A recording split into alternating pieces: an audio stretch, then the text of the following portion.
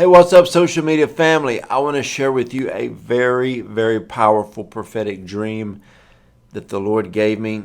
And I know it's going to help so many people. And I hope it encourages you and also helps equip you and motivate you to keep moving forward. First, you know I love caps.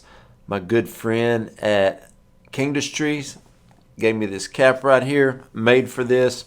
I'll put the link below. They got a bunch of new caps coming out. I love the area in Georgia they're at. 10% of all of their sales go to feed the homeless. Also for 10% off, type in the promotional code JOEJOE, JOEJOE, get 10% off. I love helping kingdom entrepreneurs. Let's get into this dream, okay? Now follow me on this dream. Any insight that you may have, any revelation that the Lord gives you, feel free to write it in the comments below, okay? There's a lot to this dream, so I'm going to try to remember every detail. But the ending of this dream is what you have to hear, and it will help you at a degree that will be off the charts. Okay. I pull in to a parking lot, and in front of me is a huge, massive warehouse-looking building. Big, it's huge, but it's real pretty in the front. It's just not a metal building. It is a beautiful warehouse-looking building, but it's got just a bunch of nice-looking decorations, awning, just a real pretty building in front of it. Okay, on this big warehouse. So I walk in. And as I walk in, these two sliding doors open up and I walk in. There's a foyer. Looks kind of like a church foyer. A few people in there, real nice, greet me. Then I walk down this hall. And when I get to the hall, into the hall, I can turn right or left. Well, to the left, it's not that long of a walk. And I turn and I see these two doors at the end of the hall. And I walk towards these doors. As I walk towards these doors, I hear thousands and thousands of people in this room. And I kind of get a little bit of an eerie feeling, kind of a little heaviness, depression, chaos, fear, doubt, unbelief as I'm walking towards this door. And right when I get to the door, I look to the left, and there is a huge stag. And it's dark brown. It's got huge antlers on it, and it's got red eyes about like this, just glowing red eyes, and it walks right up by me. And just, I say, I know you're not messing with me, but I had no fear or anything towards it. So I reach out, open the doors, and just this loud, chaotic, doubt-filled, fear presence came out of the room, and this stag went in the room, and I shut the door. So I turned around, walked back, walked a little bit. To the right was the entryway that I came in, and I kept walking down this long hallway. And then to the left, there was some people, super sweet. There was two doors to go into the room they were in. They said, "Oh, Mr. Dawson, would you like to come in?" I said, "No, but it is so good to see you." These were the kindest, sweetest people that had no dreams, no aspiration, full of the poverty mindset, just the same people that probably lived the same year for 20, 30 years in a row, but good people. So I keep walking a little bit, and then to the right, there's a little store, and it was like a little dollar store, this little, cheap store, just have little cheap things in there, and some people, real kind, asked me to come in. I said, "No, thank you, but bless your business." I kept walking. To the left, there was a bunch of kind of like fast food places like you would see in a mall. Cheap food, just little quick and easy fast food. Nothing of no real nutritional value. So I kept walking down the hall. And then to the right and left of me were groups of people that I personally know. They're good people. They do pretty good for themselves. But they're not walking in the fullness of God. Some of them are a little manipulative. Some of them have a little doubt still, but they're succeeding in life, and they have respectable jobs, but there's so much more that they won't tap into.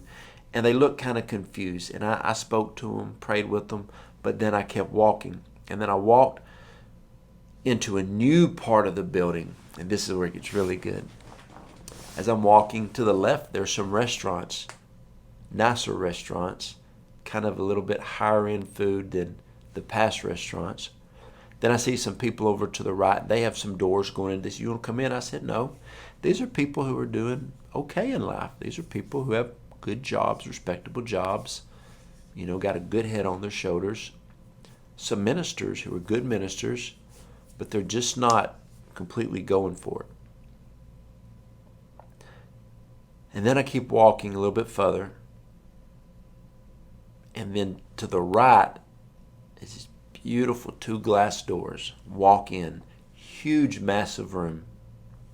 There's a few tables, a few pub tables people are standing up at. And everybody I see in there are very successful in kingdom ministry, entrepreneurs, multimillionaire business people, and they have this huge display of all types of foods. I'm talking good food, choice food, steaks, grilled chicken breasts, sushi, all types of snacks, different things you would get, and then a massive coffee bar. And I was sitting up there, and then some of my ministry friends that I know that are very successful authors, ministers came up and started talking to me. Then some businessmen that I know that are multimillionaires came up and started talking to me. And I was like, now this is the room that I want to be in. And then the lady came up, and she was the one who was serving everybody behind. It wasn't a bar. It wasn't a concession stand. It was just where all the food was being served. And she's a very dear friend of my wife and I, and she is probably one of the most honorable, kind, sweet, well-educated, deep in spiritual people that you will ever meet. And she said, "Mr. Dawson, I know exactly what you want, and I have it served up for you." And she had like my favorite meal. She had like a snack, and she had this huge coffee, and this. And so I started looking at all the stuff that this place was offering. I mean, it had, which I like sparkling water. It had Pellegrino, it had Perrier, it had LaCroix, it had like 8 different coffees, and so it was a really nice room. I turned around, and I saw a lot of ministers, like I said, faith preachers and kingdom ministers and entrepreneurs, and so I talked to a few people there, and then I walked out of this building and turned back to the right. And as I started exiting the building, there were these 2 huge glass doors. They started to open, and there were 4 men standing by the doors. Okay, one was in just everyday apparel. One was in a tuxedo. One was in kind of nice, dressy, casual, like nice jeans, nice button-up shirt. Another guy was in a suit. Real eclectic, 4 guys. And when the doors opened, they were smiling and said, "We're here to assist you, Mr. Dawson. What can we help you with?" And I walk out, and there was about a 10-foot by 10-foot, I think it's called cobblestone, kind of like just little stones out there. And I walked out and I stood on it. They said, "Do you need anything, Mr. Dawson?" I said, "I would love a chair." So they brought a chair out, set a chair down, and I sat down in it. And these 4 men were standing behind me. And they said, "What do you see, Mr. Dawson?" I said, "Well, I'm looking. I'll tell you when I see it." Then all of a sudden in this dream, I had a vision of being looking down at the warehouse. Remember I said it was a huge warehouse. What I was staring at was a field. It looked like, you ever seen a gravel parking lot that the grass is kind of growing up? It was good, flat, hard land that could be built upon. In this vision I saw, in the dream I saw a vision, the warehouse was about 20% of the property,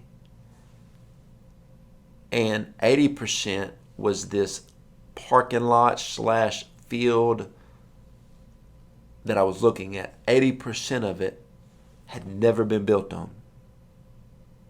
So what I was being shown is 20% was already built. Remember what the first one looked like, the first side. Way over here was the chaos. I'm not for sure what the stag meant, but maybe stag for stagnation, where people were. And as I started walking down the hall, everything started getting better until I was in a room, huge room, very few people. Everybody basically was made for this. And when I walked out, I realized 80% of the property that I was over had never been built on. Then I realized at the end of the dream, the 4 men behind me were angels. Different areas that I was going to build in. So when the dream was over, I was really thinking about this dream, how powerful it was. I felt the Lord say, this dream is just not for you and Autumn. This dream is for a lot of people. Just easy to just think about a few parts. You've only built 20% of what you're going to build. You have 80% left. You have an open field, an open plain. And you have an angelic host around you. Now, when I walked in, I went to the left. There was a time in my life I was full of fear and doubt and failure and unbelief in myself and full of arrogance and pride. But then I turned and I started walking and I started growing with God, growing in my mindset.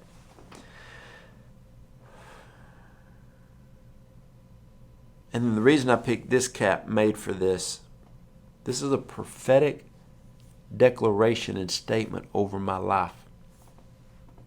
I was made for this. I wouldn't settle to be in any of those rooms because I'm still building. And I'm here to tell you about the Spirit of the Lord today. That you are called to build. You are called to build everything God has put inside of you. This is a time that you can't get comfortable. You can't be in complacency. And you can't stay in any of those rooms. You have to build according to what the Lord has put in your heart to build. So I hope this dream and this word was an encouragement to you. Remember, whatever you think that any part that really just stuck out to you, put in the comments. Any insights you may have, write it down. I would love to know. But I want to encourage you today. You were made for this. You were made for the prophetic word over your life. Build according to the things that God has for you. Now, if you want prayer, go to the website, JoJoDawson.net. I would absolutely love to pray for you. There's a place for you to send me your prayer request. I would love to pray and speak life over you. Love y'all.